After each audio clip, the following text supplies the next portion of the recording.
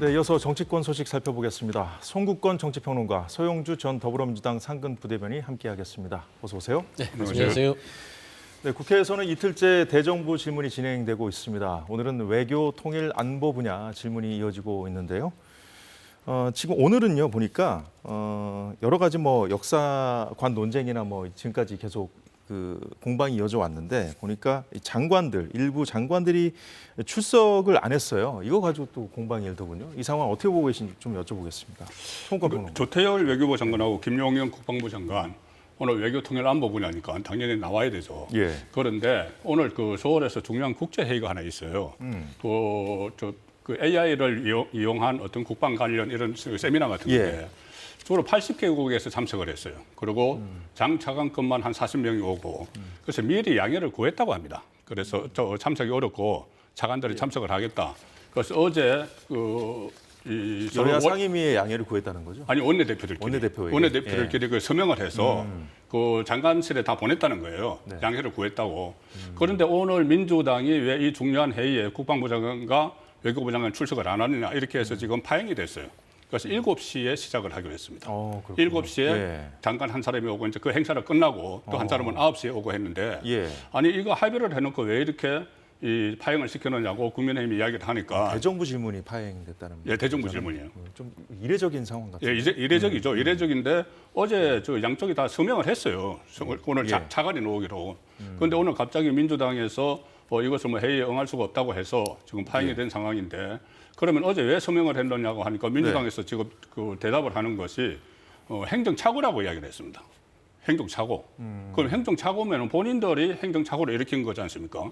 그런데 그걸 마치 여당이 의도적으로 장관들을 출석을 안 시킨 것처럼 그렇게 지금 이야기를 하고 있는 거죠. 그래요. 지금 서영주 부대변인 네. 어떻게 보세요, 이 상황? 일단 장관들의 불참, 대정부 질문이라는 것은 야당 의원들한테 설명하러 나오는 게 아니에요, 국무원들이? 아닙니다. 여당도 아니고 국민들한테. 그러니까 입법부에서 지금 현재에 있어서의 정부 운영들이 어떻게 되고 있는지에 대해서 질문하고 답변하는 자리죠. 일단은 국무위원들이 바쁜 일정이라 하더라도 우선적으로 대정부 질문에 참석하는 거, 그게 우선 아니겠습니까? 여기에는 국민이 첫 번째고 그다음에 일정이 두 번째겠죠. 근데 이제 물론 이제 여러 가지 일정들을 이유로 해서 차관으로 대리 출석하겠다라는 의견서를 냈는데 일단 민주당 내에서 원내대표실에서 행정적 착오가 있었던 것 같습니다. 그런 부분에 있어서 여야 간에 교섭단체끼리 합의를 해서 차관 출석으로 됐으나 일단은 장관이 올 수 있는 범위인지 확인을 했고요.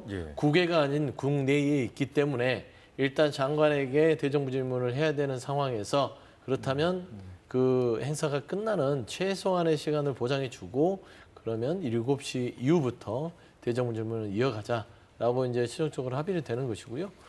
일단 이런 부분들이 이례적으로 오전에 행정적 착오로 확인하지 않은 상태에서 국무위원들이 참석하지 않는 것들이 문체부 장관이 윤인천 장관이요. 지금 현재 국회에 불출석 통보를 하지 않은 상황에서 외국에 나간 상태로 확인돼서 일단 민주당이 그런 부분들을 조목조목 따지다 보니 이게 지금 윤석열 정부에서 국회를 무시하는 경우들이 너무 많다 보니 이것도 거부하는 거 아니야? 라는 그런 오해가 있었던 것 같습니다. 그러니까 극단적인 여야 대치 상황들이 빚어낸 해프닝이다. 그렇게 보시면 될 것 같습니다. 오늘 대정부 질문이 이제 진행됐다면 예정대로 진행됐다면 최근에 역사관 논쟁이라든가 계엄 준비설 관련해서 이제 여당에서는 이게 괴담이다 해가지고 강하게 반발하고 있는 상황이었고 대통령실까지 좀 거칠게 이제 표현들 써가면서 이제 입장문 내고 하지 않았습니까? 좀 이런 상황들이 좀 반영된 건 아닐까 하는 생각이 들어서 좀 아마 이 계엄 준비설은 지금 민주당이 좀 테러를 찾는 것 같아요. 워낙 이게 계엄령을 시도한다는 것이 좀 이제 납득이 안 가는 그런 이유들을 많이 댔거든요. 예를 들어서 충암고등학교가 장악을 하고 있다. 충암파, 용현파 이런 이야기를 했는데 그리고 또 현실적으로 계엄이 될 수가 없다는 것이 국회에서 해제를 요구하면 바로 해제를 해야 된다. 그리고 여러 가지 또 이것을 어떻게 보면 우리나라 국민과 군대를 좀 모독하는 것이다. 이런 말까지 나왔어요. 지금 계엄해가지고 국회의원들을 40몇 명을 잡아들인다. 군인들이 그거 하겠습니까? 그러니까 지금 이런 상황이 되니까는 이 문제는 계엄 준비설은 좀 테러를 찾는 것 같은 느낌이고 그 대신 다른 것을 가지고 또 뭐 친일 반일 논란이 또 예. 일어나겠죠. 일어나는데 저는 이게 오늘 회의하는 것이 외교 통일 안보잖아요. 그러면은 일본과의 관계 못지않게 지금 중요한 게 예. 북한에서 오물풍선 계속 내려보내고 있는 이런 문제. 심지어 기폭제가 달려서 내려와서 화재가 발생을 했어요. 그럼 이것이 얼마나 중요한 일인데 여기에 대해서 민주당은 어떤 입장 같은 것을 그 규탄 성명 같은 것이 나오지 않고 있어요. 네. 이런 문제를 오히려 또 이야기를 하고 조금 전에 이야기를 했지만 미국의 대통령 선거 결과가 우리에게 굉장히 많이 영향을 미치죠. 그렇죠. 예. 트럼프가 되는 것과 해리스가 되는 것을 우리 완전히 대응을 달리 해야 돼요. 그런데 그런 방안에 대해서는 국회가 외교통일안보 분야 대정부 질문을 하면서 오늘 뭐 7시 이후에 그런 문제가 그 논의가 될지 모르지만 지금까지 보면은 계속 일본 문제만 좀 부각이 되는 것이 좀 안타깝습니다. 예. 뭐 지금 같은 대치 정국에서 그 생겨난 뭐 해프닝으로 지금 앞서 말씀해 주셨는데 여튼 우리가 지금 이 대정부 질문 국민이 듣는 이 자리에서 그렇습니다. 좀 뭐가 좀 생산성 있는 얘기들이 좀 오갈 필요는 있잖아요. 그러니까 생산성 있는 국정 운영을 하면 생산성 있는 질문을 하는 거예요. 그런데 지난 윤석열 정부 2년 6개월은 생산성 있는 국정 운영이 있었는지 의문이죠. 예를 들어서 일본 문제를 거론한다. 지금 우리 선조들의 국적은 일본이다라고 끝까지 주장하는 분이 고용노동부 장관으로 앉아 있습니다. 그런데 어떻게 대정부 질문에서 그 얘기를 하지 않죠?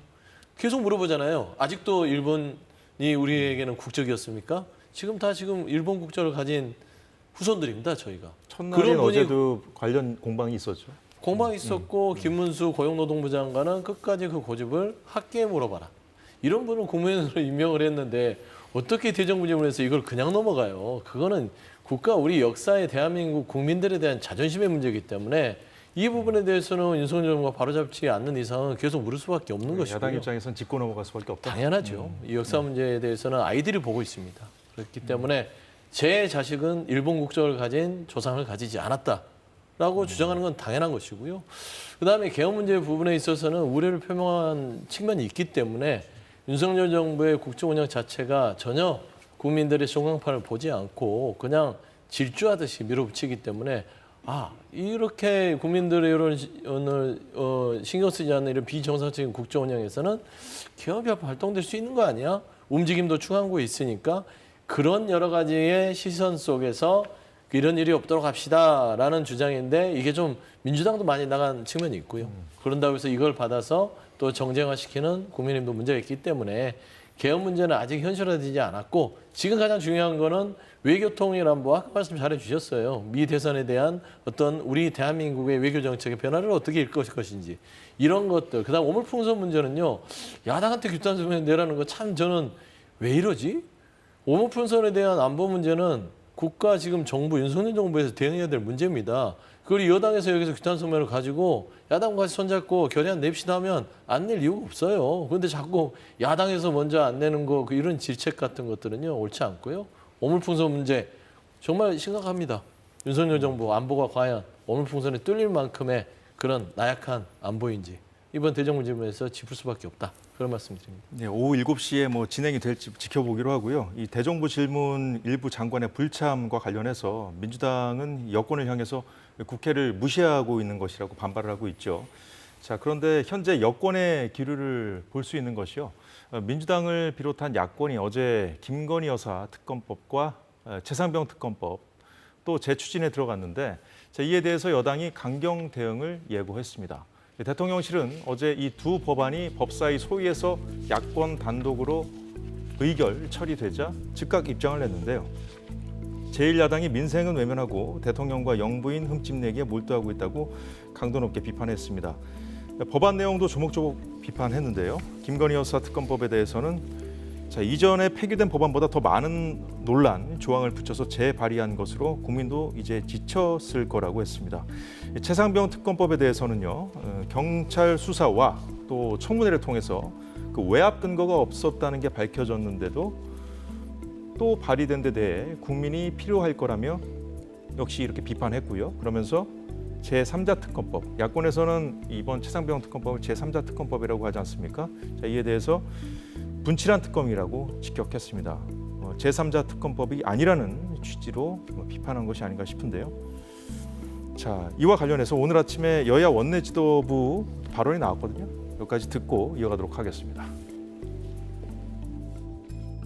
이재명 대표가 편식하듯 재판을 골라 출석하는 것처럼 민주당 법사위원들도 국회법을 편식하며 민생과 국민을 제쳐두고 오로지 정부 괴롭히기에만 몰두하는 거대 야당의 행패를 국민들이 지켜보고 있다는 것을 알아야 할 것입니다.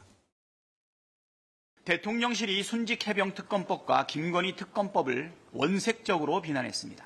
도둑이 경찰 수사가 잘못됐다고 나무라는 격입니다. 특검이 유일한 답입니다. 민주당은 김 여사의 제21회 총선 공천 개입 의혹까지 포함한 김건희 특검법을 반드시 처리하겠습니다. 네, 송국권 평론가께 먼저 여쭤보죠. 네. 여야 대표회담 이후에도 지금 이 수레바퀴로 또 돌아가는 겁니까? 국회가 다시 돌아가는 느낌인데. 저는 이게 근본적인 그 문제가 있다고 봅니다. 왜 이렇게 그 서로 소위 말하는 협치가 잘 안 되는 이유가, 물론 뭐 정부 여당에서 국정을 책임지고 있으니 정부 여당이 적극적으로 나가는 게 맞죠. 예. 그래서 먼저 손을 내밀고 해야 되는 것은 맞는데, 지금 만약에 이재명 대표에 대한 어떤 사법 리스크 이런 것이 없다면은 과연 이렇게 특검과 이 탄핵을 이렇게 남발을 하고 있을까? 그리고 그 최상병 특검 같은 경우는 지금 네 번째 특검을 내는 거지 않습니까? 계속 낼 때마다 더 독소 조항을 계속 더 내는 거예요. 만약에 정말 진실 규명의 의지가 있다면은 독소 조항을 하나씩 빼면서 설득을 해야 돼요. 그런데 오히려 대통령이 거부권을 행사한다고 독소 조항을 더 내고, 지금 뭐 제3자 특검법 저 흉내만 냈다고 대통령실에서 이야기했듯이 뭐 대법원장이 4명을 추천을 하면은 그다음에 2명을 야당이 대통령에게 그 추천을 한다. 그런데 마음에 안 들면은 4명 다 마음에 안 들면은 국회의장을 통해서 다시 추천을 요구를 한다. 이런 것들이 계속 그 어떻게 보면은 목적이 뚜렷하다고 이제 보는 거죠. 여권에서는. 그렇기 때문에 이것을 계속 거부권을 행사하고 이게 악순환이 되는데, 어쨌든 이 지금 국회 상황이 빨리 타결이 되기 위해서는 저는 이재명 대표의 사법 위기가 어느 방식으로든 정리가 돼야 된다고 봅니다. 유죄를 받든 무죄를 받든 아니면 재판이 빨리빨리 진행이 되고 또 남아있는 수사가 있으면 빨리 진행이 돼야지, 이거 그렇지 않으면은 지금 그 많은 국민이 그렇게 생각을 하고 있을 거예요.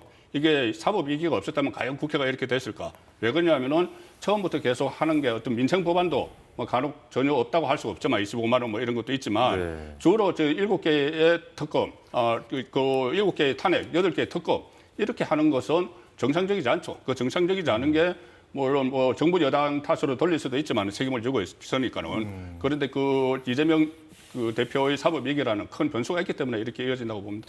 그 이재명 대표의 사법 리스크가 어떤 결과라든 빨리 정리가 돼야 국면 전환이 이루어질 수 있다는 말씀으로 들리는데, 자 소영주 부대변인, 네. 자, 이 싸움이 어떤 상황에 대해 끝날 수 있을까요? 서 부대변인 생각 아주 어떠세요? 단순합니다. 윤석열 대통령께서 본인과 본인 배우자에 대한 이해 충돌을 내려놓으시면 되죠. 최병 특검 받으시면 되고요. 그다음에 김건희 여사와 관련된 갖가지 의혹 다 털어내면 됩니다. 지금처럼 버젓이 온 국민이 디올백을 받는 그런 영상을 봤음에도 불구하고 검찰, 권익위, 대통령실 모두 다 김건희 여사를 무혐의를 만들기 위해서 정말 좀 이상하리만치 이상한 결론들을 내주잖아요. 이게 과연 공정과 상식, 정의로운 대한민국을 부르짖었던 윤석열 대통령의 초심인지 되돌아보시고요. 일단 나머지 이놈 거부권은 뭐 정책적인 여야 간의 협의가 없어서 뭐 양국공 노란봉투법 등등 거부를 여러 번 하신다 치더라도 역대 정부에서 본인과 관련된, 본인 가족과 관련된 특검을 거부한 정부는 없었습니다. 보수고 진보고 가네요. 유일하게 윤석열 정부만 본인과 본인 배우자를 보호하기 위해서 전국을 이렇게 파국으로 이끌어가고 있다라는 것은 너무나 명확합니다. 대통령이 결단하면요, 이 전국은 풀립니다. 총선 이후에 대통령이 뭐라 하셨죠? 이제는 좀 정치를 해야겠다. 그전에는 못 하셨지만 이제는 정치하겠다 했는데 총선 이후에 그 말하고 나서 정치합니까? 물꼬를 못 트잖아요. 결국에는 당내에서도 한동훈 대표와의 갈등, 야당은 아예 만나지도 않고 본인의 배우자만 보호하느라고 국정은 이렇게 흐트러 놓기 때문에 결국엔 특검 계속 가는 것이고, 간단하게 말씀드릴게요. 최병 특검에 대해서 대통령실이 말한 거는 너무 정말 어처구니없는 팩트가 다 틀립니다. 경찰 수사와 청문회에서 수사협의 없다? 경찰 수사는요, 최상병에 대한 죽음에 대한 조사입니다. 수사회합은 공수처에서 하고 있어요. 나오지도 않았어요. 뭐가 밝혀졌죠? 결과는 아직 안 나왔죠. 그렇죠. 청문회는 그 과정에 대한 설명일 뿐입니다. 그러니까 대통령실은 지금 국민을 속이고 있어요. 공수처가 수사 외압에 대해서 수사를 하는 수사기관입니다. 경찰하고는 무관해요. 근데 무슨 다 나왔다고 얘기하는 것도 정말 앞뒤가 안 맞는 얘기고 김건희 여사 특검도 그런 마찬가지예요.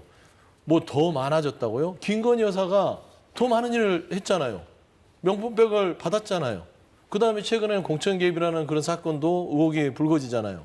그러니까 김건희 여사가 가만히 있으면 늘어날 이유가 없지 않습니까? 핵심 주체가 김건희 여사가 뭔가를 벌이니까 특검의 요건이 늘어나는 것이고 더 쌓여가는 것이기 때문에 정말 빨리 매를 맞는 게 난데 자꾸 이런 식으로 뒷걸음치고 숨기고 하는 순간 더 피할 수 없는 상황까지 오기 때문에 대통령께서 결단할 시점이 왔다.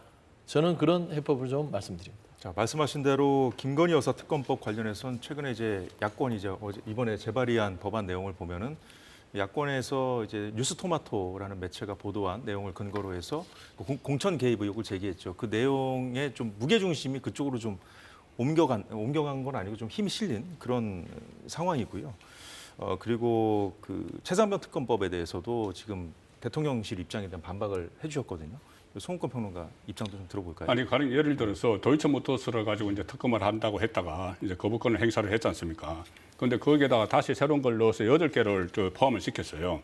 8개를 보면은 지금 말씀하신 한 언론사가 보도한 거 공천 개입했다. 김영선 이용 문제.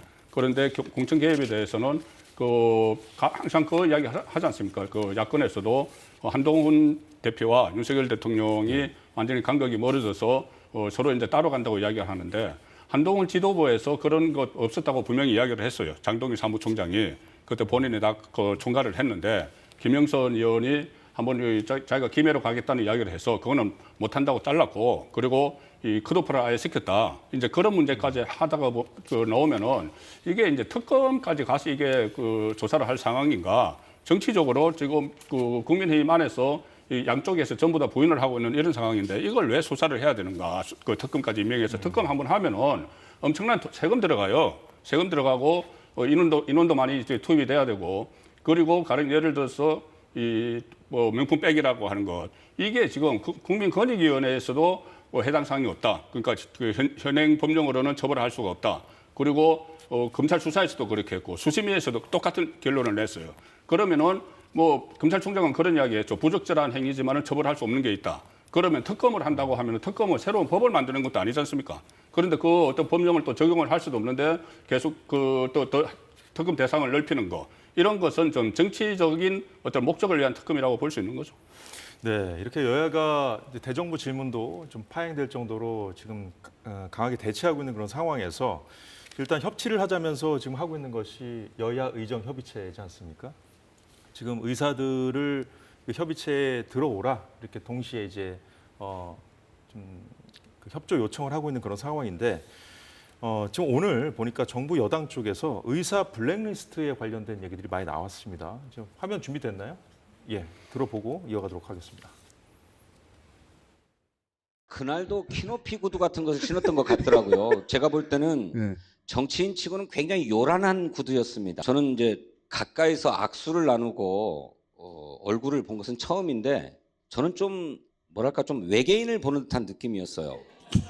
얼굴의 생김이나 표정이 이렇게 좀 편안하고 자연스럽지 않고 많이 꾸민다는 느낌이 들어서 좀 어색하게 느껴지고 자기적이죠. 좀 징그러웠습니다. 저는 뭐 상세한 논평은 하기 좀 그렇고 한마디 느낌은 사람이 좀 얇더만요. 제가 이제 180 한 1, 100, 좀 약간 키가 줄었을지도 모르겠는데 저하고 한 대표님하고 키가 같다고 하더라고요. 자꾸 180이라 그러고 하니까 제가 말씀드리는 겁니다. 예, 저희가 시간이 없다 보니까 준비된 순서를 좀 건너뛰고 하다 보니까 저희가 실수를 했는데요. 물론 이것도 지금 여야가 극한 대치를 하는 상황에서 벌어진 좀 해프닝입니다. 어떻게 보면. 진성준 정책위의장 민주당 그리고 조국혁신당 조국 대표가 한동훈 국민의힘 대표의 좀 외모를 비하는 듯한 발언을 해서 좀 논란인데 이 상황을 좀 어떻게 보시는지. 일단 짧게 말씀드리면은 일단은 뭐 어떤 정치인들의 발언을 넘어서서 사회생활을 할 때도요. 어떤 그 누군가의 외모를 평가하거나 인격을 평가하는 것들은 삼가해야 되죠. 그렇지 않겠습니까? 그렇죠. 더더욱 이제 어떤 전체적인 사회 분위기가 외모 평가에 대해서 굉장히 신뢰가 되고 그 외모 평가를 하는 사람들은 스스로 인격을 깎아먹는 그런 평가를 받지 않습니까? 그런 측면에서는 정치인이면 더더욱 남에 대한 어떤 상대든 아니면 상대 당이든 이런 부분에 있어서 외모 평가는 하는 것들은 부적절했다. 그래서 저 진성준 의원은 바로 곧바로 사과를 해서 그나마 좀 잘 수습하신 것 같고요. 조국 대표도 이제 뭐 좀 사과를 하실 의향이 없다고는 하나 그럼에도 불구하고 좀 정치적 책임이라든지 인격적 책임에 대해서는 좀 질 수밖에 없기 때문에 여야 공이 막론하고 상대에 대한 외모 평가나 이런 인격 평가를 하는 것들은 상가하는 게 맞지 않겠냐 그런 말씀드립니다. 예. 뭐 진성준 의원 오늘 아침에 사과 입장을 밝혔는데 송구급 평론가 이제 뭐 그 말이라는 것이 뭐 이렇게 사과한다고 해가지고 뭐 주워 담을 수 있는 건 아니잖아요. 불쾌감을 들었다면은 사과한다고 했지 않습니까? 불쾌감을 들었다면은 이게 또 전제를 깔았어요. 아 그래요? 예, 그리고 그러네요. 저건 또 한동훈 대표에 대한 이 한동훈 대표가 불쾌감을 가졌으면 사과한다는데 그러네요. 저걸 듣는 국민들도 굉장히 불쾌했어요. 가령 예를 들어서 이렇게 뭐 외모 평가를 하는 것도 그렇지만 진성준 정책위 의장이 한동훈에 대한 그 대표에 대한 그 인상을 이야기하는 계기가 뭐냐면은 11년 만에 이루어졌다는 여야 대표회담.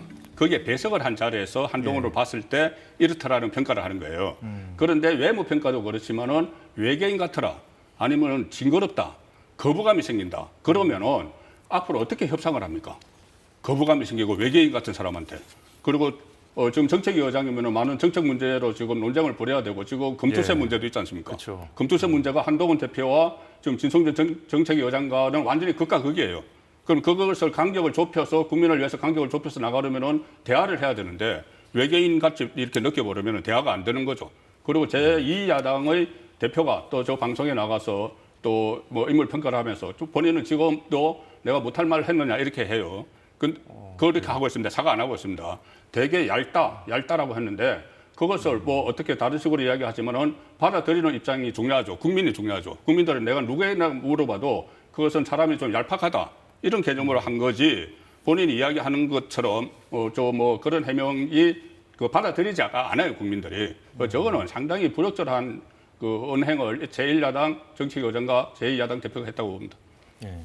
저 앞서 보여드리려고 했던 그 여당 지도부의 의사 블랙리스트 화면 준비됐으니까 좀 보도록 하겠습니다. 환자의 생명을 구하기 위해 진료에 매진하는 의료진을 감사한 의사라고 조롱하는가 하면 최근에는 응급실 부역 코너를 신설해 응급실에 파견된 군의관들의 신상을 유포하고 모욕해 진료를 방해하는 일까지 벌어지고 있습니다. 이러한 범죄 행태를 용납해서는 안 될 것입니다. 환자 곁을 지키는 의료진을 블랙리스트에 올려 조리돌림하고 악의적으로 진료를 방해하는 불법적 행태는 즉각 중단되어야 하며 정부도 이러한 행태에 대해서는 엄중 대응해야 할 것입니다. 네, 언론 보도에 따르면요, 의사들이 만든 것으로 추정되는 한 인터넷 사이트에 어제 올라왔다고 합니다. 응급실 부역이라는 이름과 함께 응급실을 운영하는 이 병원별 근무 인원이 일부 근무자 명단과 함께 게시됐다고 하는데요. 대통령실도 엄정 대응하겠다는 입장을 밝혔습니다. 자, 서영주 부대변인께 먼저 여쭤보죠. 네. 지금 의사들을 기다리고 있는 상황이잖아요. 그렇죠. 뭐 여야 공이 기다리고 있는 상황입니다. 국민들도 기다리고 있죠. 예, 이런 메시지 어떻게 봐야 될까요? 지금 블랙리스트를 올리는 이런 분들은요, 엄단을 해야 된다고 봅니다.